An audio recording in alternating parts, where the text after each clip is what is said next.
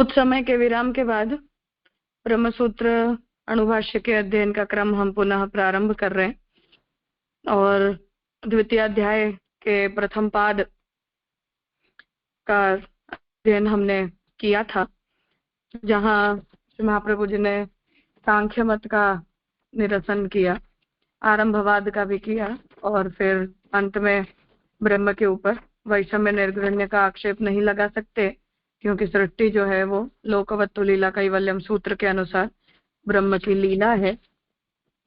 इस तरह जो लीलार्थ सृष्टिवाद महाप्रभु जी के सिद्धांत का प्रमुख वाद है, उस मत का जो स्थापन है वो महाप्रभु जी ने प्रथम पाद से किया और अब हम द्वितीय अध्याय के द्वितीय पाद का प्रारंभ जो है वो करने जा रहे हैं।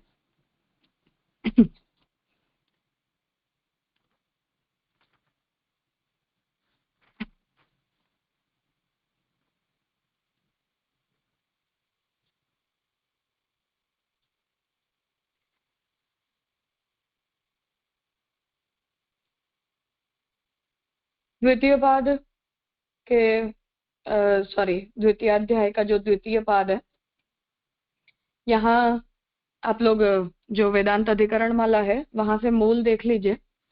आज मैं मूल का पाठ नहीं कर सकती, इसलिए केवल साथ साथ मैं अनुवाद कर रही हूँ। बाद में हम अलग से यदि कुछ शंका होगी तो मूल टेक्स्ट के ऊपर विचार कर लेंगे। तो लिटरल ट्रांसलेशन कर रही हूँ, इसलिए आप मूल देखिए और कोई शब्द ना समझ में आए तो फिर पूछ लीजिएगा।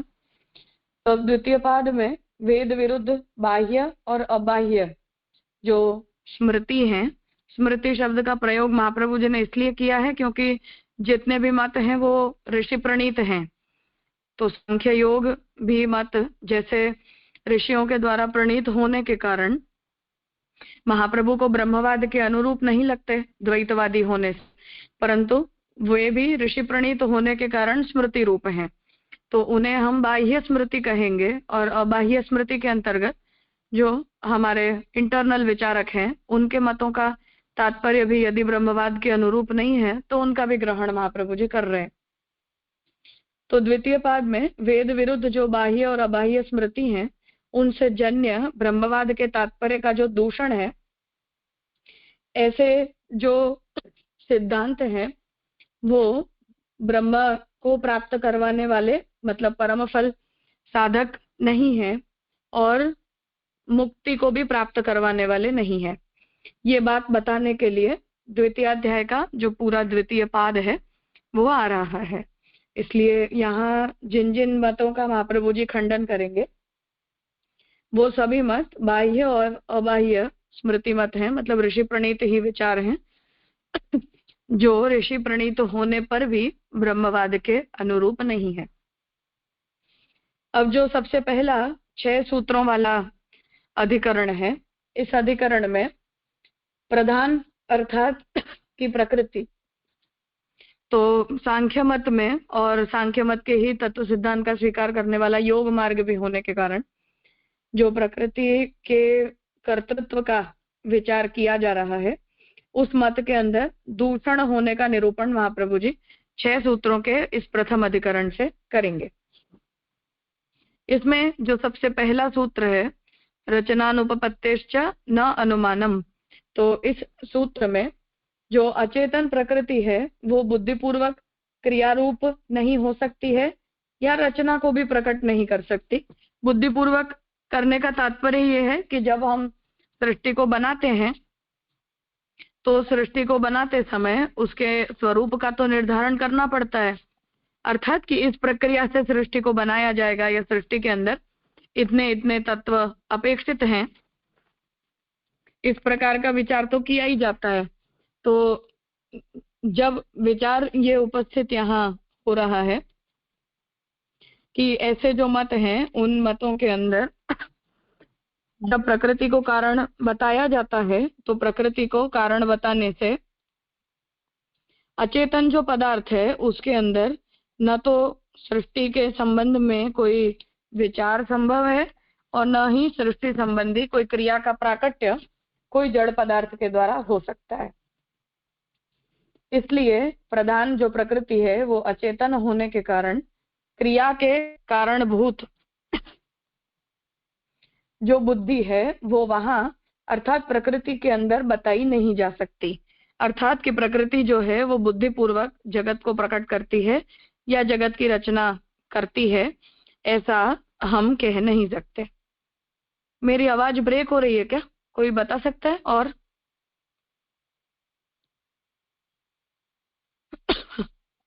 या मैसेज में बता दीजिए, पारुल बहन के अलावा और कोई।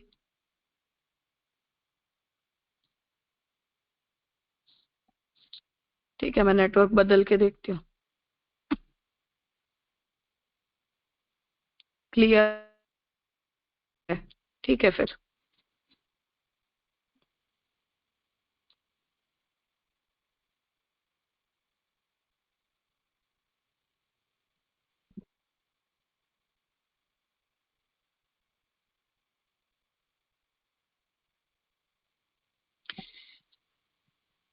तो अब यहाँ महाप्रभु ये आज्ञा कर रहे हैं कि जो प्रकृति है उस प्रकृति के अंदर ऐसा सामर्थ्य नहीं कि वो बुद्धि का प्रयोग करके और जगत के बारे में या जगत को उत्पन्न करने का कोई संकल्प कर सके, क्योंकि बुद्धि के द्वारा जो निश्चयात्मिका वृत्ति भी प्रकट की जाती है वो निश्चयात्मिका वृत्ति भी जड़ पदार्थ के अंदर हो पानी संभव नहीं है, चेतन का संसर्ग वहां आवश्यक है। तो क्रिया के कारणभूत जो बुद्धि है उसे प्रकृति के अंदर स्वीकारा नहीं जा सकता है। ये बात सबसे पहले अधिकरण के पहले सूत्र के अंदर महाप्रभु जी समझा रहे हैं।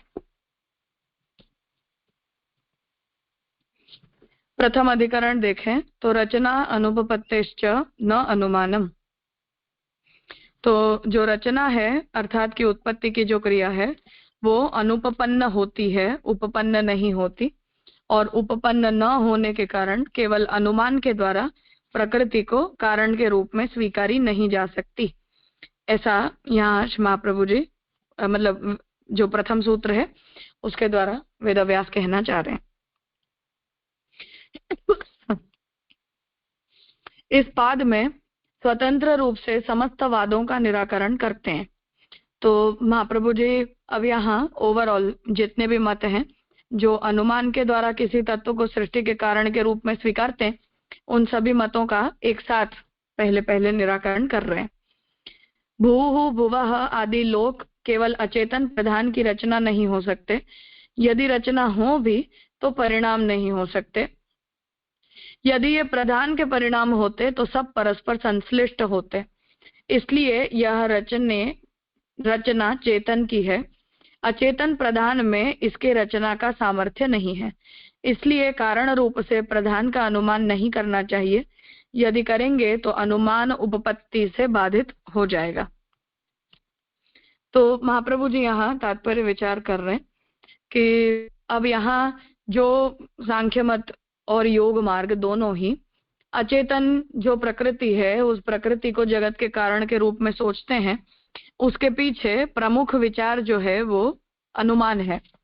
अर्थात कि जगत को जड़ देखकर जड़ जगत का कारण भी जड़ होना चाहिए, या पंच महाभूतात्मक जगत है इसलिए पंच महाभूतों से प्रकट होना चाहिए, या सात्विक राजस तामस गुणों से निर्मित होने के कारण तीनों गुणों से प्रकट होना चाहिए, ऐसा एक अनुमान जगत के बारे में यहाँ किया जा रहा है।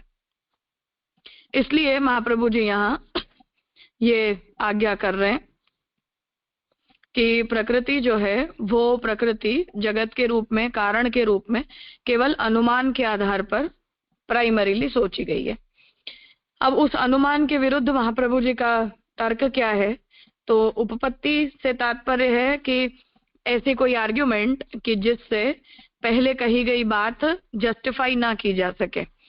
तो महाप्रभु जी यहाँ उसका जवाब दे रहे हैं कि गायत्री मंत्र के अंदर जो सप्तविध लोकों का वर्णन आता है उनका जो आध्यात्मिक स्वरूप वहां बताया गया है, इन सभी लोकों को प्रकट करना यह प्रकृति का कार्य नहीं हो सकता है। तो वो केवल अचेतन प्रधान प्रकृति की रचना नहीं हो सकते, और अगर मानो रचना हो भी तो कर्ता के रूप में एक बार के लिए सोचा जा सकता है, पर परिणाम के रूप में तो बिल्कुल ही नहीं सोचा जा सकता है। तो कर्ता से तात्पर्य ये है कि हाँ ठीक है, एक बार उसने कुछ किया और उससे कुछ प्रकट हो गया, पर परिणाम से तात्पर्य है कि इंस्ट्रूमेंट के रूप में तो हमें कोई और ही वस्तु का विचार करना पड़ेगा, क्योंकि जो प्रकृति है उसके इंस्ट्रूमेंट के द्वारा जो है वो जगत की उत्पत्ति नहीं संभव। मतलब प्रकृति को हम कोई इंस्ट्रूमेंट के रूप में नहीं सोच सकते हैं।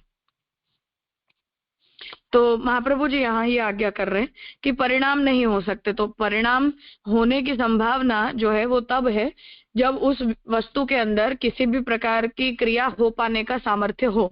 क्योंकि अगर मिट्टी के अंदर से घट परिणमित हो रहा है तो या तो कुम्हार उसे परिणमित कर रहा है, पर हम ये कहेंगे कि मिट्टी अपने आप घट के रूप में परिणमित हो रही है, तो उस कारण के अंदर परिणाम को प्रकट करने के लिए चेतनत्व तो होना पड़ेगा ना। तो प्रकृति के परिणाम के रूप में, क्योंकि विकृत परिणाम माना गया है सांख्य मत में, तो जब वो लोग प्रकृति को ही जगत के रूप में परिणत मानते हैं, तो परिणाम को करने के लिए तो किसी न किसी वस्तु का उसके अंदर सम्मिश्रण होना जरूरी है। इसलिए कर्ता के रूप में तर्क दे रहे हैं, यद्यपि कर्ता के रूप में भी मान्य नहीं है, पर कर्ता के रूप में मान भी ले तब भी एक बार सोच सकते हैं, पर परिणाम के रूप में तो अचेतन पदार्थ स्वतः जगत के रूप में परिणमित हो जाए ऐसा हम मान नहीं सकते। तो किसी चेतन पदार्थ का वहां इंटरफेरेंस होना चाहिए। और अगर ये प्रधान परिणाम होता तो जितने भी तत्व हैं वो सभी तत्व एक दूसरे के साथ संश्लिष्ट होने चाहिए।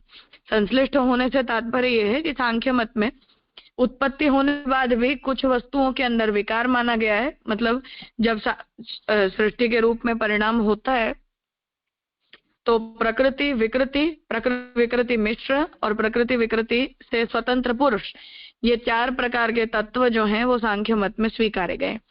तो अब प्रकृति में से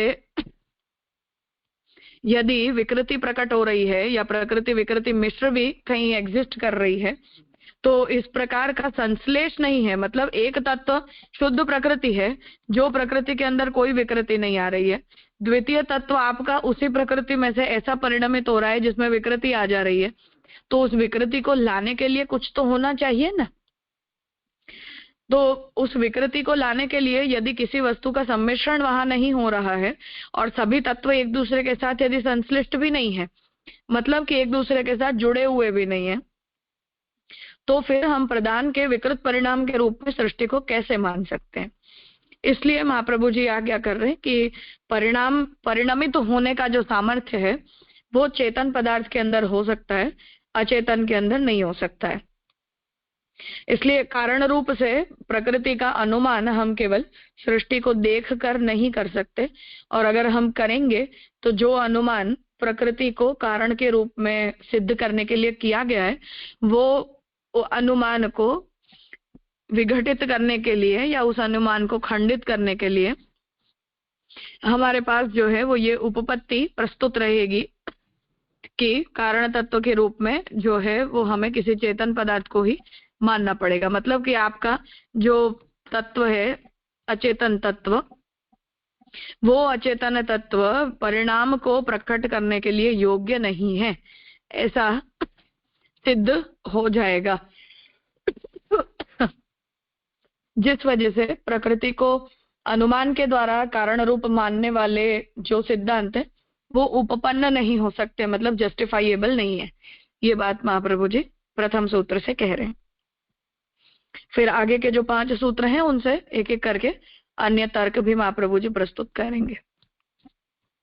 कुछ पूछना है इस विषय में?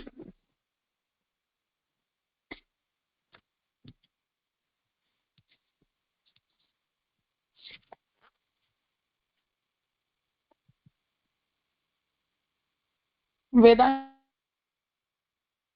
अधिकरण माला को भी मैंने मूल संस्कृत आज पढ़ा नहीं है, इसलिए कोई शब्द अगर नहीं समझ में आया है तो आप लोग उसे पॉइंट करके और बता सकते हो।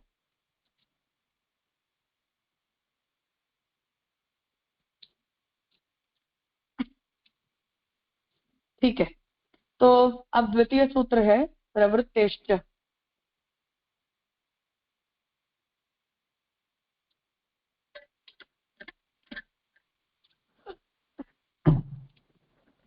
तो अधिकरण माला में अब पुरुषोत्तम जी द्वितीय सूत्र का तात्पर्य बता रहे हैं कि जो संसार की रचना है या सृष्टि की जो उत्पत्ति है वो जैसे केवल अचेतन पदार्थ के द्वारा उपपन्न नहीं हो सकती, उसी तरह शुक्र शोणित से जन्य शरीर की रचना भी नहीं हो सकती है।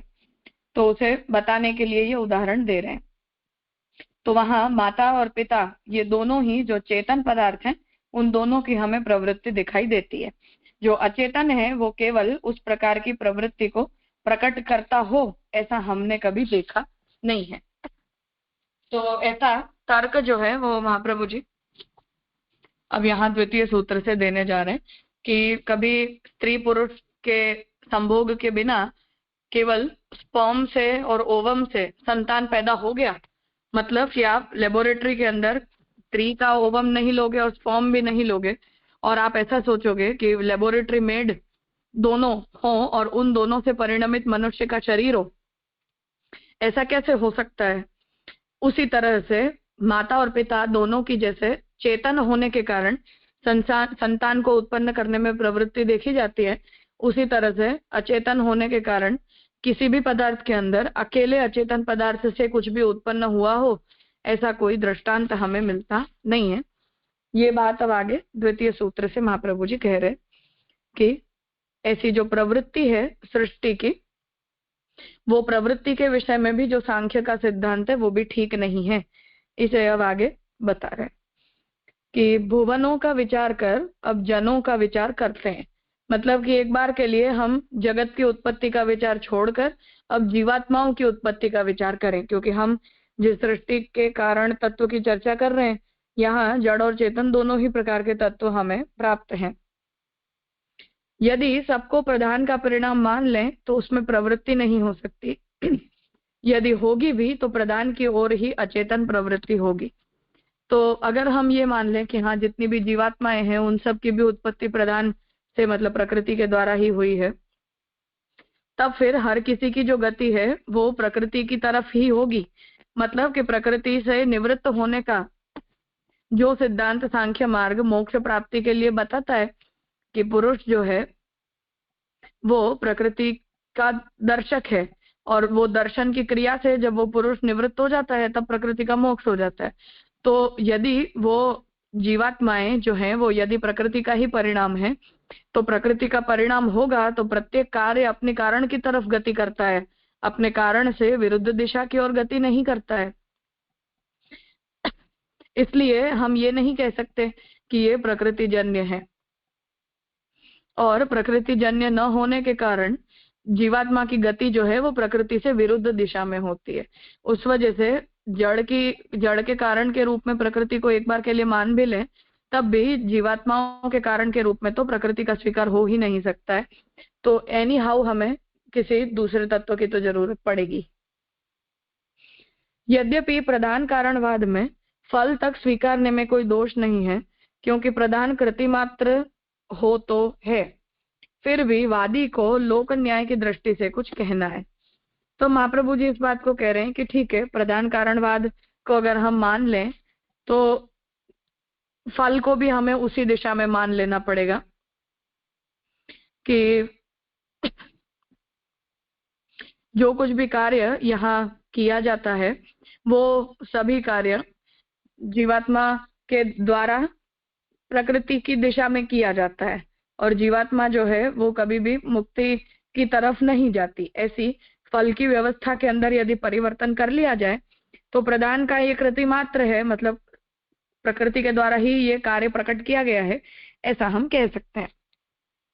पर फिर भी महाप्रभु जी को जो लोक के अंदर भी हम कार्य कारण का संबंध देखते हैं उसे भी दृष्टांत के रूप में बताते हुए प्रकृति के कारणता का निषेध करना है। तो लोक में चेतन अचेतन का व्यवहार है, तो हम किसी जीवात्मा के लिए ये नहीं कह सकते जैसे विज्ञान कहता है कि जीवात्मा जैसा कुछ होता ही नहीं है। तो हम जैसे जीवात्मा कहते हैं उसके लिए विज्ञान ये कहता है कि एक तो मन होता है, मतलब माइंड और मैटर, ये दो तत्व होते हैं। तो मैटर जड़ होता है और माइंड के अंदर जो है वो जड़त्व होने के बावजूद भी पूर्ण तरह का जड़त्व नहीं होता है। तो माइंड और मैटर का ड्युअलिज्म साइंस मानता है और जीवात्मा को एक्सेप्ट नहीं करता है। इस वजह से विज्ञान ये कहता है कि प्राण जो है उन्हीं को हम जीवात्मा के रूप में मानने लगते हैं। तो विज्ञान भी जैसे जीवात्मा की अस्तित्व को नहीं स्वीकारता और जड़ होने के बावजूद भी प्राण के होने के कारण हमें अपने शरीर के अंदर चेतनत्व का संचार हो रहा है, ऐसा जैसे प्रतीत होता है, ऐसा अगर हम कहें तो महाप्रभु जी लोक की व्यवस्था को बता रहे हैं कि लोक के अंदर तो हम चेतन और अचेतन का व्यवहार तो देख रहे हैं। अर्थात कि पूर्व पक्षी ये आर्ग्यू नहीं कर सकता कि संसार में कुछ भी चेतन है ही नहीं। विज्ञान की तरह सब कुछ जो है वो जड़ है और प्रत्येक जड़ पदार्थ के अंदर अलग अलग प्रकार की पोटेंशियलिटी है। ऐसा साइंस की तरह सांख्य यदि कहेगा तो उसके उत्तर के रूप में महाप्रभु जी आज्ञा कर रहे हैं कि लोक के अंदर तो सब वस्तु के प्रति जड़त्व का व्यवहार हमारा नहीं है, पर चेतन और अचेतन होने का व्यवहार हम करते हैं। शरीरधारी और अलौकिक जीव 4 प्रकार के चेतन हैं। तो हमारे यहाँ कुछ शरीरधारी होते हैं और कुछ अलौकिक जीव होते हैं, मतलब कि देवता वगैरह जो हैं वो भी, और जो मुक्त जीवात्माएं वैकुंठ लोक में हो या अन्य अन्य लोकों के अंदर जिनका मोक्ष हुआ है, तो वो सब भी अलग अलग प्रकार के जीव होते हैं। बाकी सब अचेतन है, तो उनके अतिरिक्त जो कुछ भी है वो सब कुछ अचेतन प्रकार का होता है। तो 4 प्रकार के हैं से तात्पर्य है कि संसार के अंदर भी 2 प्रकार की योनियों को धारण किए हुए 2 तरह के जीव जो हैं वो होते हैं, और उन सभी जीवों के अंदर इन प्रकार की वृत्तियां जो हैं वो हमें देखने मिलती हैं। तो जितनी भी योनियां हैं उन सभी योनियों के अंदर चेतनत्व का कार्य अलग अलग तरह से प्रकट होता है। जैसे जैनों के तरह हम अगर सोचते हैं तो जैन लोग जैसे ये सिद्धांत बताते हैं कि जितने भी पदार्थ होते हैं उन सभी पदार्थों को प्राप्त की गई इंद्रियों की गिनती के अनुसार हिंसा की गिनती की जाती है। तो 1 इंद्रिय जीव होते हैं, 2 इंद्रियों वाले भी जीव होते हैं, 5 इंद्रियों वाले भी जीव होते हैं। तो उस प्रकार से इंद्रियों की गिनती के अनुरूप जीवात्माओं की योनि की और उनके अंदर रहे हुए चेतनत्व का विचार होता है। तो चेतनत्व वृक्ष से लेकर और मनुष्य पर्यंत और देवताओं तक अलग अलग प्रकार से कार्यरत होता है। तो वृक्षों का चेतनत्व होना, पशु पक्षियों का चेतन होना, मनुष्यों का होना और अलौकिक जीवों का होना, इस तरह से 4 प्रकार के चेतन पदार्थ हैं, बाकी सब अचेतन हैं। उनकी दृष्टि से ही यहाँ विचार करें तो वे प्रदान के परिणाम नहीं हो सकते, इसके अतिरिक्त और किसी पर विचार अपेक्षित नहीं है। तो उनकी दृष्टि से भी, मतलब उनके चेतनत्व की दृष्टि से भी हम यदि विचार करते हैं तब भी हम उन्हें प्रकृति का परिणाम नहीं स्वीकार सकते हैं। और जब हम उन्हें प्रकृति के परिणाम के रूप में नहीं स्वीकार सकते हैं तो महाप्रभु जी कहते हैं कि फिर और किसी बात पर यहाँ प्रधान कारणवाद के संदर्भ में विचार करने की जरूरत नहीं है। अभी आगे इसमें और भी तर्क महाप्रभु जी देंगे, पर यह दूसरा तर्क महाप्रभु जी ने दिया कि चेतन और अचेतन के जो व्यवहार हमें सृष्टि में दिखाई देते हैं उन व्यवहारों को कंट्रोल में लाने के लिए हमारे पास क्या जवाब है, या उस व्यवस्था को सिद्ध करने के लिए हमारे पास क्या जवाब है।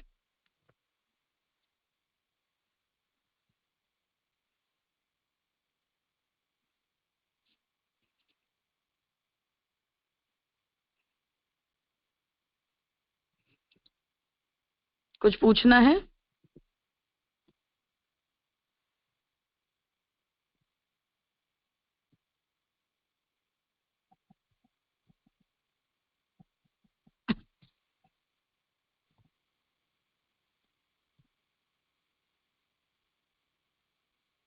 हाँ पारुल बेन।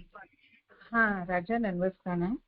जरा अंतराल ज्यादा हो गया तो मुझे विषय सब उपस्थित नहीं हो रहा है कि द्वितीय अध्याय में कौन सा, मतलब अन्य सब ब्रह्मपरक का वो श्रुति स्मृति का समन्वय है कि, मतलब टॉपिक जरा आप विषय बता सकते हैं एक बार द्वितीय अध्याय का? तो विषय पकड़ में नहीं आ रहा है। द्वितीय अध्याय के अंदर केवल अन्य मतों का निरसन है प्रमेय प्रकरण होने के कारण। प्रथम प्रमाण प्रकरण था, द्वितीय जो है वो प्रमेय प्रकरण है। इसलिए यहाँ तत्व संबंधी जो अन्य विचारक हैं उन लोगों के मतों के ऊपर केवल विचार किया जा रहा है। ओके, और ये प्रथम पाद और द्वितीय पाद में विषय में क्या अंतर है फिर? विषय में कोई अंतर नहीं है, turn by turn Mahaprabhu ji उन लोगों को ले रहे हैं। ओके, तो ऐसे पाद से कोई बाइफरकेशंस नहीं हो रहे, फर्स्ट सेकंड थर्ड ऐसे? बाइफरकेशन केवल यहाँ इतना हो रहा है कि यहाँ महाप्रभु जी जिन लोगों की बात कर रहे हैं उनमें पहले महाप्रभु जी ने जो है वो हर तरह के नास्तिक दर्शनों को नहीं कंसिडर किया था। आगे महाप्रभु जी जैन और बौद्धों को भी गिनती में लाएंगे। तो पहले अध्याय के अंदर महाप्रभु जी ने केवल उन लोगों को टाइटलिंग की है कि तुम जिस प्रकार से श्रुतियों के तात्पर्य का उपयोग अन्य तत्वों को कारण के रूप में सिद्ध करने के लिए कर रहे हो, तो वो श्रुतियां जो है वो ब्रह्म के अतिरिक्त अन्य किसी तत्व का निरूपण नहीं कर रही हैं। उस तरह से उन्हें महाप्रभु जी ने श्रुतियों को वहां से डाइवर्ट किया प्रथमाध्याय में। और अब द्वितीय अध्याय के अंदर एक एक करके जिन जिन विचारकों ने जिस किसी तरह से मूल तत्व की व्याख्या की है उन तत्वों को Mahaprabhu ji turn by turn जो है वो रिस्पॉन्ड कर रहे हैं।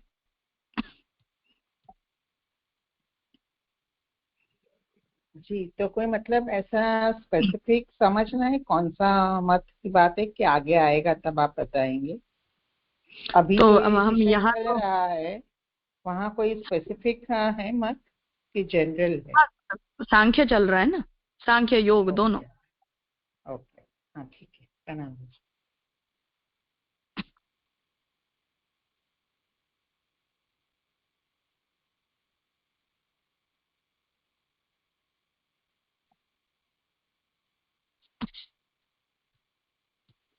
हाँ जय राजा, श्री जो राम। आपने अभी वो वेदांत अधिकरण माला से कुछ बोला ना कि उत्पत्ति जीव की वो साइंटिफिक रीजंस के एंगल से, तो उसमें दोष क्या बताया आपने?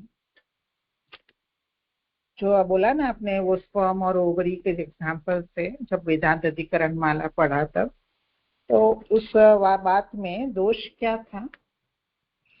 दोष ये था कि अगर सांख्य मत ये जवाब देना चाहे विज्ञान की तरह कि हम किसी वस्तु को चेतन मानते ही नहीं है, मतलब चेतनत्व संसार के अंदर कहीं होता ही नहीं है, केवल जड़त्व होता है। जैसे विज्ञान कहता है कि चेतन जैसा अलग से कुछ भी नहीं होता है जीवात्मा के जैसा, तो उस तरह से सांख्य कह नहीं सकता है, क्योंकि चेतन और अचेतन के अंदर डिफरेंस तो सांख्य मान रहा है। तो डिफरेंस मानने के बावजूद भी आप कारण तत्व के रूप में केवल और केवल जो है वो इन लोगों की ही बात कर रहे हो, ऐसा हो गया। मतलब कि केवल प्रकृति की बात कर रहे हो। तो या तो आप चेतन और अचेतन का भेद मिटाकर और सांख्य साइंस की तरह इतना कह दो कि सृष्टि के अंदर जो कुछ भी होता है वो सब कुछ केवल जड़ होता है, तो ऐसा कह देने से समस्या सॉल्व हो जाएगी। और अगर हम ये कहना चाह रहे हैं कि चेतन और अचेतन का व्यवहार तो सृष्टि के अंदर हम देख रहे हैं और सांख्य मानता भी है, तो यदि सांख्य चेतन और अचेतन का भेद मान रहा है तो फिर कारण तत्व के रूप में भी प्रकृति को बताने का कोई सेंस नहीं बनता है। तो दोनों में से कोई एक स्टैंड तो तुम्हें लेना ही पड़ेगा। हाँ, आप स्पष्ट हो गए, प्रणाम राजा। मतलब महाप्रभु जी आर्ग्यूमेंट दे रहे हैं कि विज्ञान को भी यदि हम ये कहें कि स्त्री पुरुष के से जन्य स्पर्म और ओवन का उपयोग किए बिना लेबोरेटरी में इंडिपेंडेंटली केमिकल्स के कॉम्बिनेशन से तुम स्पर्म और ओवम बनाओ और उससे फिर संतान की उत्पत्ति अगर होती हो या शरीर का निर्माण होता हो, जैसा मनुष्य शरीर होता है या जैसा अन्य चेतन पदार्थों का शरीर होता है, तब इस पर हम विचार कर सकते हैं। परंतु स्पर्म और ओवम यद्यपि जड़ होते हैं, परंतु उन दोनों को कंबाइन करने के अंदर तो चेतन पदार्थों का ही संयोग हो रहा है।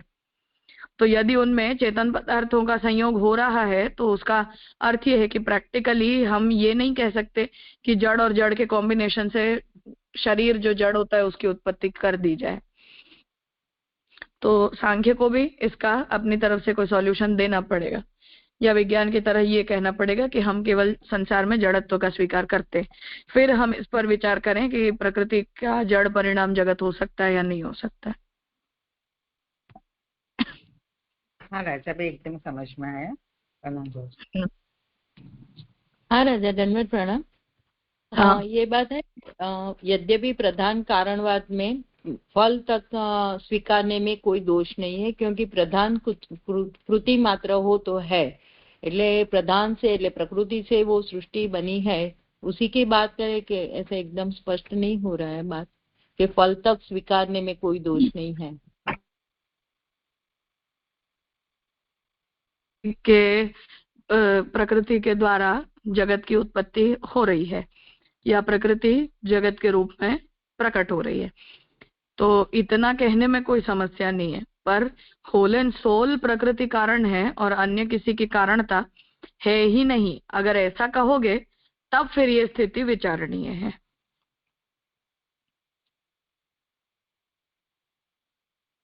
जब वो बात अभी समझ में आई, और फिर पीछे जो है कि क्योंकि सांख्य मार्ग जो है, महाप्रभु जी ये कह रहे हैं कि तुम्हारे प्रमाण की, तुम्हारे प्रमेय की, और उसके बाद तुम जो साधन फल की व्यवस्था बता रहे हो वो एक दूसरे के साथ मैच नहीं कर रही।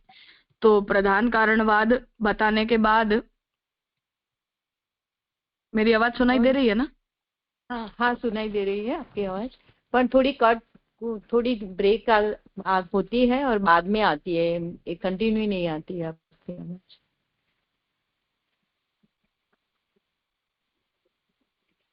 सुनाई दे रहा है ना? ब्रेक होते होते ही आता है आवाज मेरे पास। हाँ बस ऐसे ही आती है, थोड़ी कंटिन्यूटी में नहीं चलती है आवाज। डिस्कनेक्ट हो गए ऐसा लग रहा है राजू।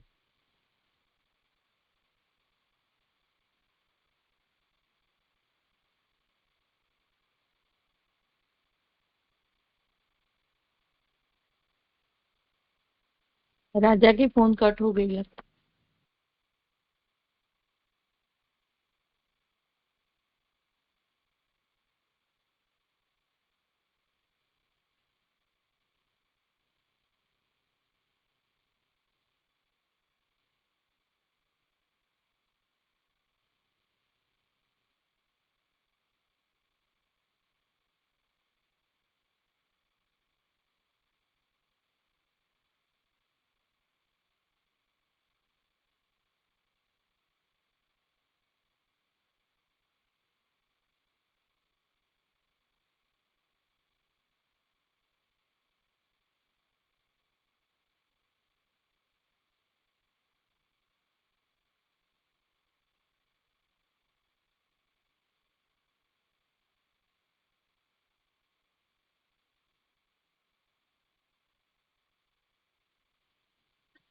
सॉरी, कुछ नेटवर्क प्रॉब्लम था। तो महाप्रभु जी यहाँ ये आज्ञा कर रहे हैं कि प्रकृति से उत्पन्न जगत की प्रवृत्ति अगर आप केवल प्रकृति पर्यंत बताते हो तब तक भी फल की दृष्टि से कोई चिंता नहीं होती है, परंतु सांख्य सिद्धांत का फल ये बताया जा रहा है कि इससे मोक्ष हो जाएगा।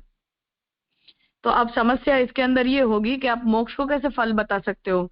तो जो कोई भी कार्य पदार्थ है वो गति तो अपने कारण के तरफ करता है, कार्य कारण से विरुद्ध प्रवृत्ति कोई कार्य थोड़ी करता है। तो या तो मुक्ति का फल न बताया जाए सांख्य सिद्धांत से, तब हम मान सकते हैं कि हाँ ठीक है, चर्षणी जीवों की तरह, प्रवाही जीवों की तरह या चारवाकों की तरह जो है वो केवल खाओ पियो मौज मारो की तरह आप व्यवस्था समझ लो और इस संसार के अंदर लिप्त रहो, तब वो बात ठीक है। परंतु परिणाम जो है वो प्रकृति से विरुद्ध बताया जा रहा है और कारण के रूप में प्रकृति बताई जा रही है। तो ये बातें महाप्रभु जी रेज कर रहे हैं। हाँ राजा, वो अभी वो पीछे ना कि शरीरधारी और अलौकिक जीव, तो उसमें भी थोड़ा नहीं पूरा क्लियर हो रहा है।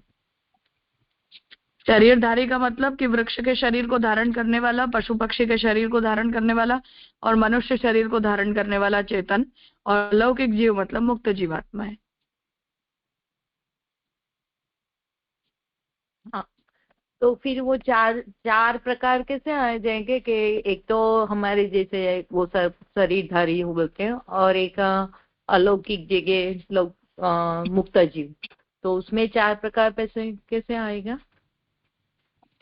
तो एक शरीरधारी पशु पक्षी हो गए, दूसरे शरीरधारी वृक्ष हो गए, तीसरे शरीरधारी मनुष्य हो गए और चौथे मुक्त जीव हो गए, तो 4 हो गए ना। हाँ हाँ राजा, क्लियर। प्रणाम राजा।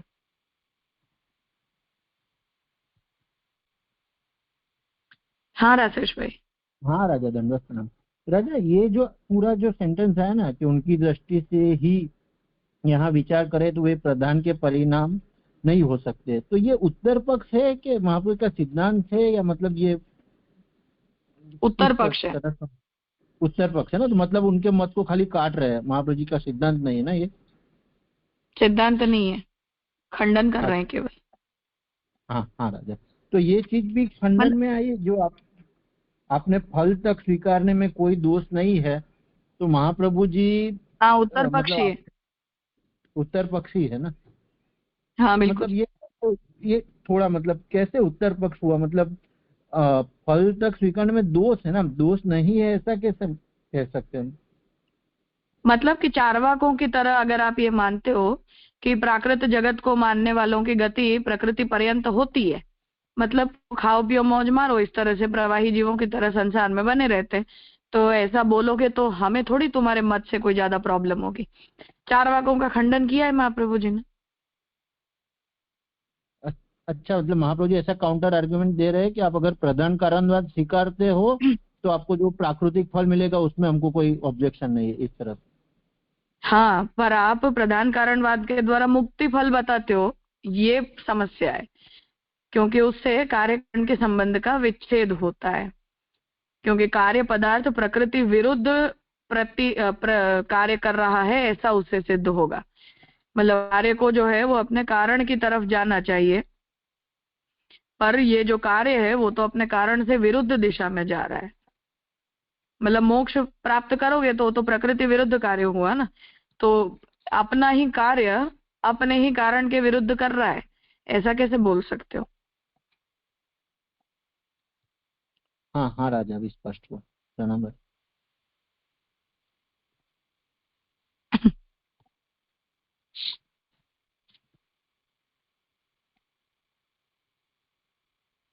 ठीक है,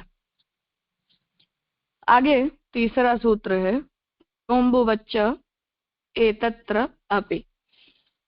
पुरुषोत्तम जी इसका जो तात्पर्य बता रहे हैं कि अब तीसरे सूत्र में यहाँ ये प्रश्न यदि उपस्थित करें कि केवल अचेतन होने के बावजूद भी दूध के अंदर पानी के अंदर जैसे फेन बनते हैं, मतलब जब उबलता है जो पानी भी है वो जब नदी चलती है गति करती है तो उसके अंदर फेन बनते हैं, समुद्र गति करता है तो में लहरें बनती है, दूध के अंदर भी ऐसे फेन दिखाई देते हैं।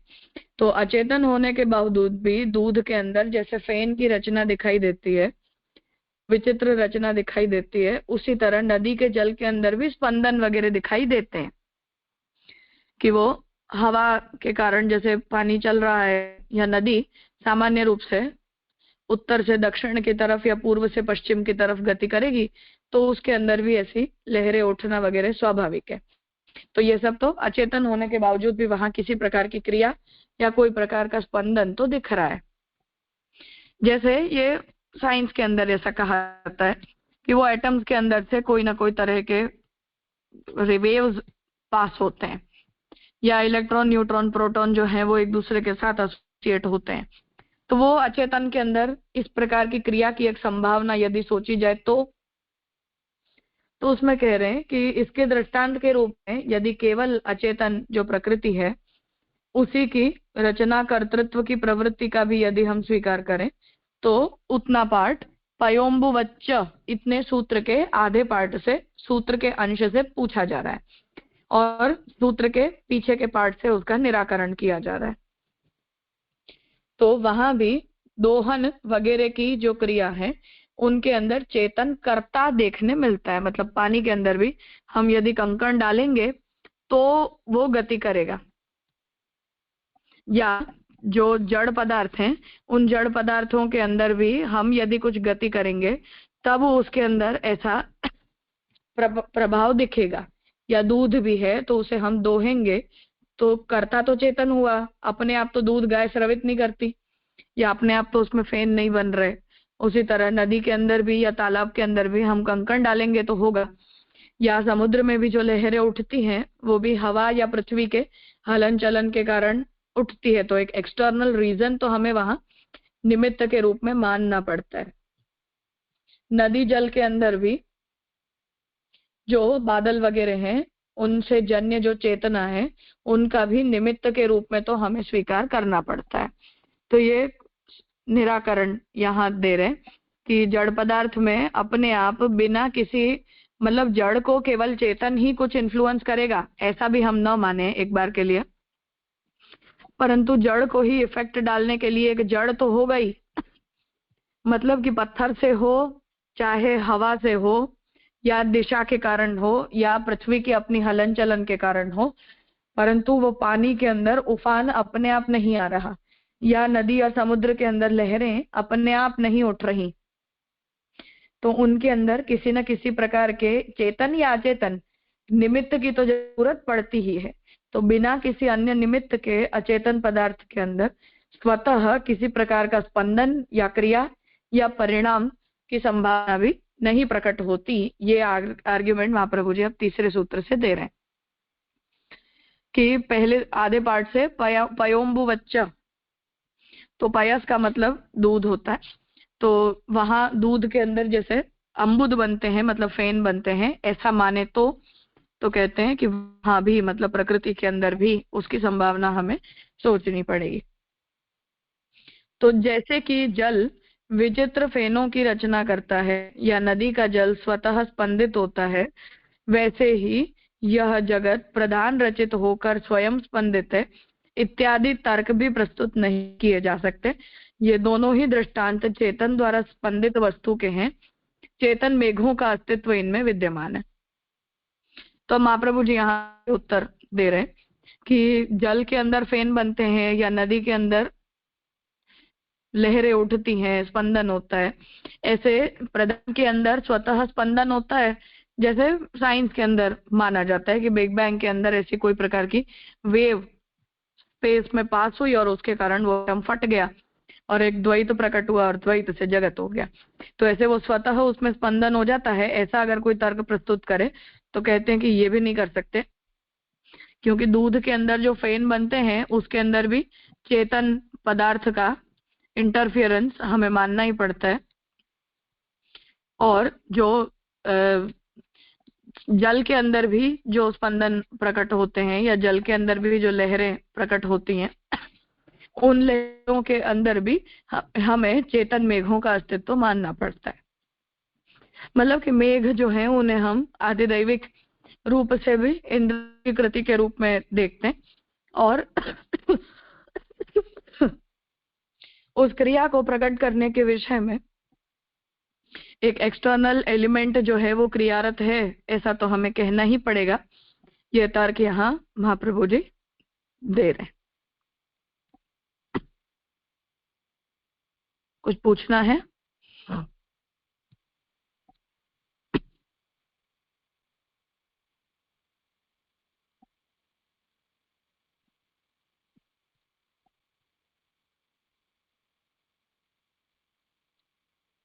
ठीक है, अब आगे चौथा सूत्र महाप्रभु जी बता रहे हैं कि इन 3 सूत्रों से अधिकरण माला में हम देखें तो अब चौथे में इन 3 सूत्रों से केवल प्रधान की कर्तृता का दोष बता के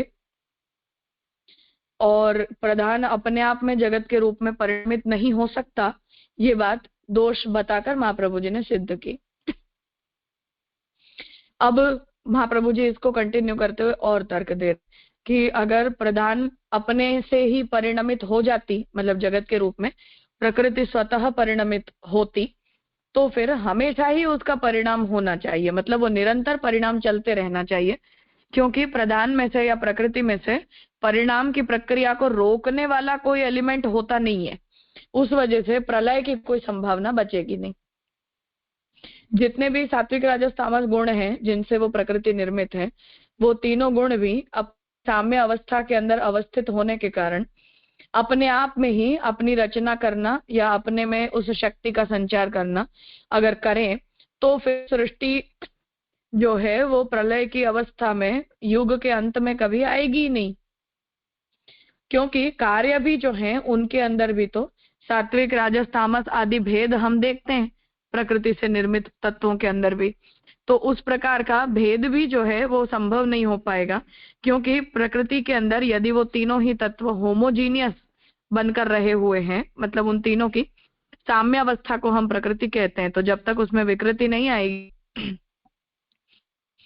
तो विकृति नहीं होने के कारण उन तत्वों के अंदर ऐसा भेद ही कौन प्रकट करेगा कि प्रकृति से जन्य कुछ पदार्थ सात्विक बने, कुछ राजस बने और कुछ तामस बने।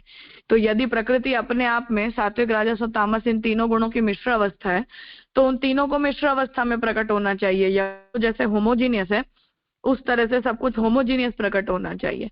पर जब परिणमित होते हैं तब कुछ पदार्थ जो हैं वो विकृत प्रकट होते हैं, कुछ पदार्थ तामस की मुख्यता से प्रकट होते हैं, कुछ पदार्थ जो हैं वो सात्विक की मुख्यता से प्रकट होते हैं। तो ऐसा सब डिफरेंशिएशन करने की भी सामर्थ्य प्रकृति के अंदर अपने आप तो मानी नहीं जा सकती है। ये अब और कारण के रूप में यहाँ महाप्रभु जी बता रहे हैं। व्यतिरेक अनवस्था अनवस्थितेश्च अनपेक्षत्वात्, तो व्यतिरेक की अनवस्था की स्थिति होने के कारण प्रकृति जो है वो परिणाम की प्रक्रिया के अंदर अपेक्षित नहीं है, मतलब कि वो जस्टिफाइएबल नहीं है। तो व्यतिरेक का तात्पर्य है कि जब शुद्ध विकृत पदार्थ प्रकट होते हैं प्रकृति में से, या शुद्ध प्राकृत पदार्थ प्रकट होते हैं, तो यदि प्राकृत पदार्थों के अंदर कोई विकृति नहीं आ रही और विकृत पदार्थ के अंदर शुद्ध प्रकृति नहीं है, ऐसा डिफरेंशिएशन आप कार्य के अंदर मान रहे हो, मतलब कि नैया ये सांख्यवादी यदि मान रहे हैं, तो उस स्थिति में प्रकृति में से कुछ पदार्थ शुद्ध प्राकृत प्रकट हों, प्रकृति में से कुछ पदार्थ विकृति वाले प्रकट हों, इन सब चीजों को डिफरेंशिएट करने की योग्यता कैसे आएगी? या उन पदार्थों के अंदर ऐसा भेद प्रकट करने की योग्यता अन्य किसी कारण तत्व के इंटरफियरेंस के बिना कैसे आ पाएगी? ये तर्क यहाँ महाप्रभु जी दे रहे हैं। इसलिए प्रकृति जो है वो जिन विकृत पदार्थों के अंदर पूर्ण रूप से अन्वित नहीं होती और उनमें परिणमित होने के कारण केवल विकार प्रकट हो जाता है, तो उस वजह से उस व्यतिरेक की अनवस्था होने के कारण, मतलब कि प्रकृति से जन्य कार्य पदार्थों के अंदर जो व्यतिरेक प्रकट हो रहा है, मतलब प्रकृति से जो डिफरेंशिएशन प्रकट हो रहा है, उस डिफरेंशिएशन को अवस्थित करने के लिए आपके पास कोई कारण नहीं है, और आपको प्रकृति ही कारण के रूप में अभिलषित होने के कारण उन वस्तुओं को डिफरेंशिएट करने वाले किसी तत्व की आपको अपेक्षा भी नहीं है। तो उस स्थिति में जो समस्या उपस्थित हो रही है वो समस्या प्रकृति के द्वारा उत्पन्न होने वाले विकृत परिणाम के विषय में सोची जा रही है। तो प्रकृति के कर्तृत्व का निराकरण करके अब उस स्वतः परिणाम का निराकरण करते हैं। तो अब यहाँ तक ये देखा कि हम ये तर्क दे रहे हैं कि किसी न किसी को यहाँ एक्सटर्नल रीजन के रूप में होना पड़ेगा, वो चाहे कोई जड़ पदार्थ हो या चाहे कोई चेतन पदार्थ हो। तो उस विषय में कह रहे हैं कि प्रकृति स्वतः परिणमित हो रही है विकृत परिणाम के रूप में, ऐसा यदि सांख्य सिद्धांत है, तो कहते हैं कि गुणत्रय साम्यावस्था वाली प्रकृति को परिणाम के लिए किसी की अपेक्षा अवश्य होती है। तो प्रकृति का मूल स्वरूप यह है कि उसमें सात्विक रजस और तामस ये तीनों ही गुण समान प्रपोर्शन में रहे हुए हैं। अब ऐसी साम्यावस्था वाली जो प्रकृति है उसे यदि परिणमित होना है तो अपनी साम्यावस्था में से यदि वो साम्य पदार्थों को ही प्रकट करेगी मतलब कि उसी स्थिति में वो परिणाम प्रकट होंगे कि जिनमें सात्विक राजस और तामस ये तीनों गुण समान अवस्था पर रहे हुए हैं, तब तो ये बात ठीक है। पर ऐसा हो नहीं रहा, मतलब विषमता तो आ रही है, विकृति तो आ रही है। तो उस पर कह रहे हैं कि परिणाम के लिए किसी की अपेक्षा अवश्य होती है, मतलब आपको कोई ना कोई एक्सटर्नल तत्व की जरूरत पड़ती ही पड़ती है, तभी वह क्षोभित होकर कार्य करती है, मतलब कि तभी उसकी साम्यावस्था टूटती है।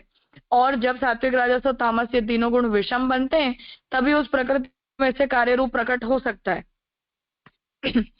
यदि वह कार्य नहीं करे तब तो उसका चुप बैठना ही उचित है। अर्थात कि यदि वो साम्य ही बनी रहेगी तो साम्य ही यदि उसे बना रहना हो तब तो फिर वो बात ठीक है कि साम्य में से साम्य वस्तु प्रकट हुई। अर्थात यदि वह अपेक्षित शक्ति के बिना कार्य करेगी भी तो वह सुव्यवस्थित न होकर उटपटांग होगा। इससे तो न होना ही ठीक है। मतलब साम्य में से यदि साम्य ही प्रकट करना हो तब फिर कार्य और कारण को अलग करने की कोई जरूरत ही नहीं है। मतलब कि कारण के रूप में ही प्रकृति ठीक है, फिर कार्य की जरूरत ही क्या है जब साम्य ही प्रकट हो रहा है। यदि पुरुष के अधिष्ठान में वह कार्य करती है तो भी वही बात होगी, क्योंकि पुरुष अनंत है। अब महाप्रभु जी जो सांख्य सिद्धांत है अंधपंगु न्याय का, उसे महाप्रभु जी बता रहे हैं कि यदि हम ये कहेंगे कि प्रकृति जो है वो पुरुष के अध्यक्षता में कार्यरत होती है, मतलब कि पुरुष जो है वो उस प्रकृति का दृष्टा बनता है और दृष्टा बनने के कारण प्रकृति की साम्यावस्था जो है वो टूटती है और उसकी साम्यावस्था टूटने से वो कार्य को प्रकट करती है। अगर हम कहते हैं तब भी स्थिति अब ये बन रही है कि सांख्य सिद्धांत में पुरुष की अनंतता मानी गई है। मतलब एक समष्टि में से व्यष्टि जीवात्माएं प्रकट होती हैं ये सिद्धांत नहीं है, पर अनंतविद जीवात्माएं बाय डिफॉल्ट है ये सिद्धांत है। तो उस बात को कह रहे हैं कि पुरुष अनंत है, मतलब जीवात्माओं की अनंतता आपने मान के रखी है। भिन्न रुचि होने से सर्वत्र नियमित कार्य नहीं होगा, कहीं कुछ और कहीं कुछ होगा।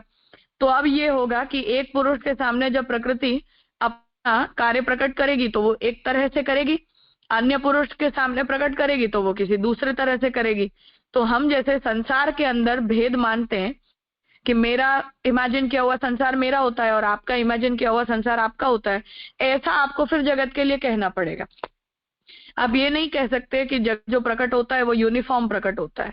मतलब कि प्रत्येक पुरुष के प्रति जगत प्रकृति के द्वारा प्रकट किया गया कार्य अलग अलग है, ऐसा आपको मानना पड़ेगा। मतलब कार्य के अंदर नियमितता का स्वीकार नहीं किया जा सकता। ईश्वर के अस्तित्व को मानने वाले सांख्य मत में जहां ईश्वर का अधिष्ठान स्वीकार करते हैं उसमें भी दोष वैसा का वैसा ही रहता है, क्योंकि उसमें भी अधीनता तो प्रधान की ही रहती है। ईश्वर को ब्रह्मवादियों के ब्रह्म की सी स्वतंत्रता तो रहती नहीं। अब यदि कोई ये कहे कि हाँ पुरुष के स्थान पर हम ब्रह्म को मानने के लिए तैयार हैं, उस प्रकार के सांख्य का यदि हम स्वीकार करते हैं तो ऐसे सांख्य मत का स्वीकार करने पर फिर ये समस्या होगी कि उन जीवात्माओं से मतलब ब्रह्म के द्वारा जन्य जगत है ऐसा भी आप मानोगे नहीं, क्योंकि आपको वहां भी यही कहना पड़ेगा कि प्रकट हुआ जो जगत है वो प्रकट हुआ जो जगत है वो अपने आप में हर पुरुष के प्रति स्वतंत्र ही रहेगा।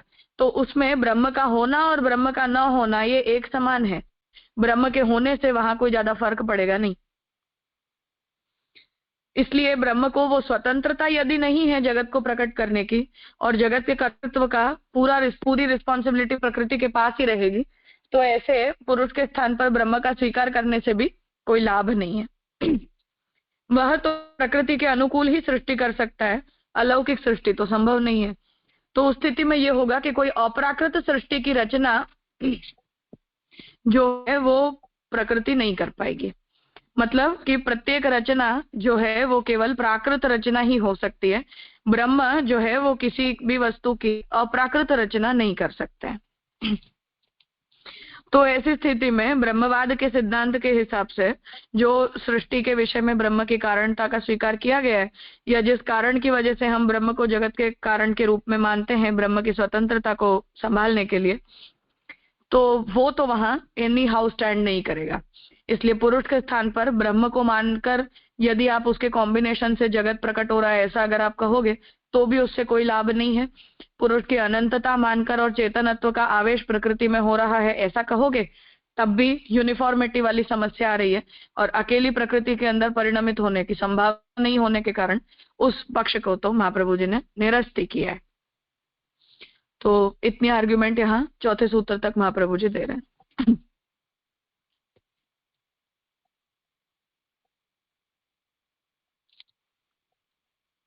कुछ पूछना है?